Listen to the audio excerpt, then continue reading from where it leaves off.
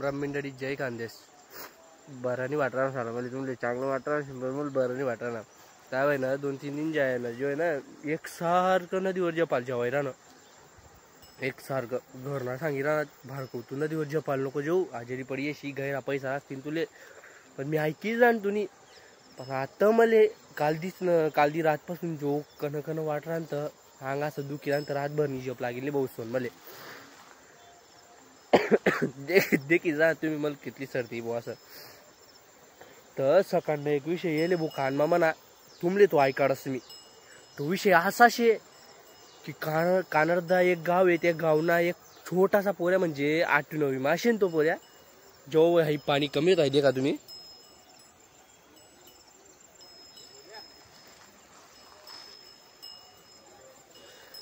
जेव्हा ते पाणी कमी होतं तो तुझ्या फिरांता नदी मा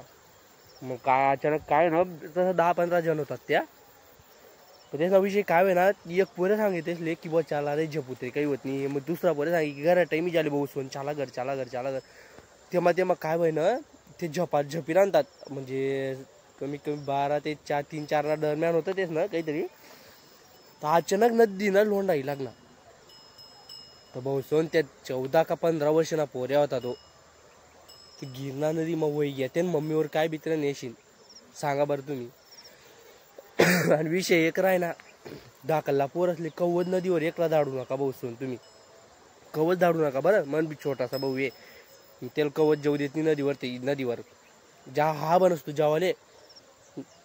आमना काय करतं या बाकीना चिंगे लावणारा पोरातच बरोबर आहे का नाही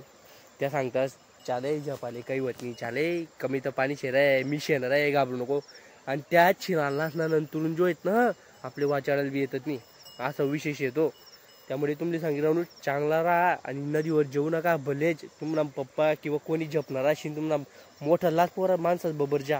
दाखल तुमले जपानीतली जाऊ शकतं मग तुम्ही शिर्डी जा शिर्डी विगायला चांगलं आहे नाही तर मग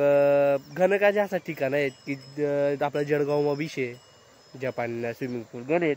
फक्त नदी नालासवर जेवू नका भाऊसन तुम्ही एकच रिक्वेस्ट म्हणे